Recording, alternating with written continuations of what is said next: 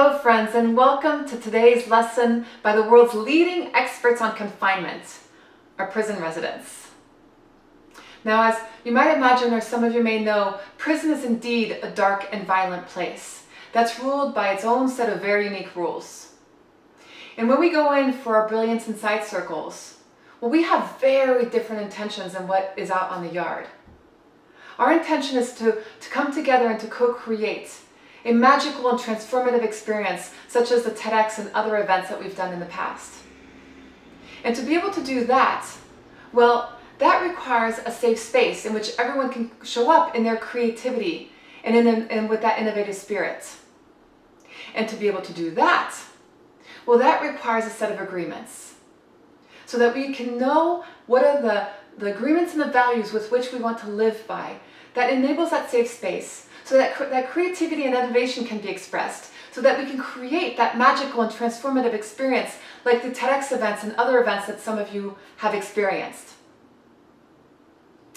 And so for today, I invite you to do the same thing. Because obviously, over the past month or so, our lives in our homes have drastically shifted. The way you lived in your home 6 weeks ago has nothing to do with the way you're doing that today. And yet, have you taken the time to reestablish common agreements with your household? That's what today's lesson is about. And so if you wish for some guidance on how to do that, well, here's some tips on how to leverage off how we do it.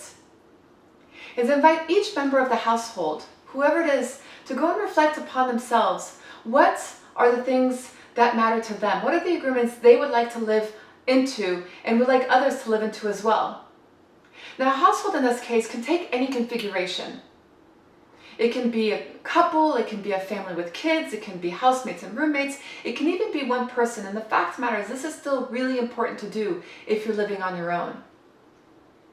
After you spend some time individually brainstorming on what matters to each individual, come together as a household and move through each of the agreements to define what are the ones that are actually going to go onto the household list. This list shouldn't be too short as to be too vague, and not the right boundaries enough. But also shouldn't be too long that you feel like you're adding another layer of imprisonment into this current situation. And the important thing is that everyone recognizes that their needs are met and they can agree upon what's on the list. And then it's important, and this is actually, I think, one of the most important steps, is that every member of the household commits to living by these agreements. Now, let's be clear, that doesn't mean perfection, okay? That's never the bar. But it does mean everyone's going to put their best foot forward, to an attempt to live by them. And when we fall back and don't align to the agreements and don't live up to the agreements, then that's when we come back and reflect and possibly ask for forgiveness, but also more importantly, or just as importantly, focus on how we're going to do so that we can live with the agreements moving forward. What's also important to recognize is that what is your list of agreements today might not be your list of agreements tomorrow. As we continue to adapt through this new configuration and this new way of being, you might discover that some agreements aren't quite the right ones for the wholeness and the health of the family. That's okay. Just change them. Just make sure that every time you change them, you recommit to them. And each of you all recommit to them. And that you put your best foot forward into living into them.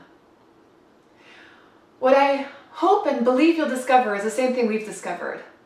That ironically, when we commit to living in and through these set of agreements, it actually liberates us and allows us to so more deeply express our brilliance and our wholeness. So go find that for your whole family as a whole. And I wish you each a brilliant day.